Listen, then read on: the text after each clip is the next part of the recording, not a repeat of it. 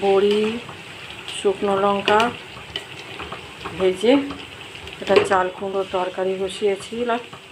হয়ে এসছে চাল কুমড়োর তরকারিটা।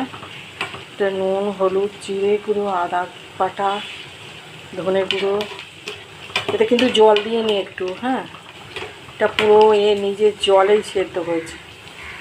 আর সঙ্গে খোসাকে কেন ফেলে দেবো, অন্য সময় বাটি, আজকের ওটাকে ভেজে নিচ্ছি।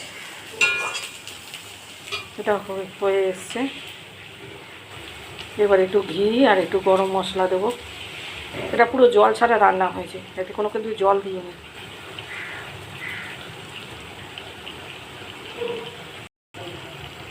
গরম মশলা দিয়ে দিয়েছি, এবার একটু ঘি দিয়ে দেবো অল্প করে।